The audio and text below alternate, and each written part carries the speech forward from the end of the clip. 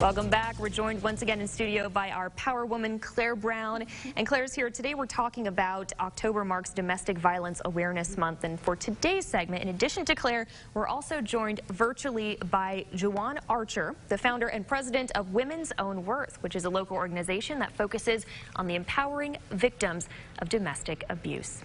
So, Juwan, I want to start with you. Can you tell us a little bit about Women's Own Worth and then more about how you're trying to help these women affected by domestic violence in Arkansas? Right. Well, we were founded in 2012 after I suffered a really horrific domestic violence situation.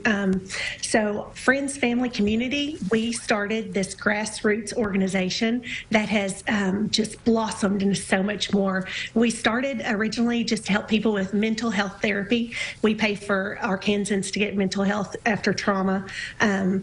One-on-one therapy at no cost to them. But now we are building transition homes, and we have done that with no federal or state funding and no employees. So we are all volunteers. Everything we raise goes directly to help survivors. And so, I mean, Arkansans are good to us. I have to put in a word for a guy that I met in California recently, though, because he wrote a check, sent it in for 11 grand after hearing what we're doing for survivors. Wow. So we're so blessed. Yeah.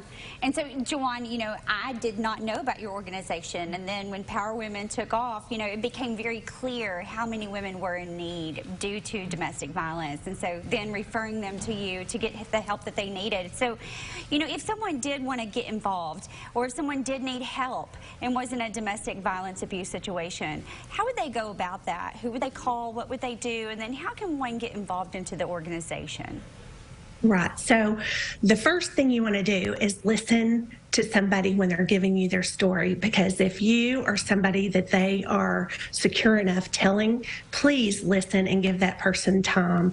Number two, if they're in a crisis situation, you're going to call 911 or call a domestic violence hotline. We do not have a hotline at Women's Own Worth. We are here to bridge the gap from all the services that are provided federally and state funded.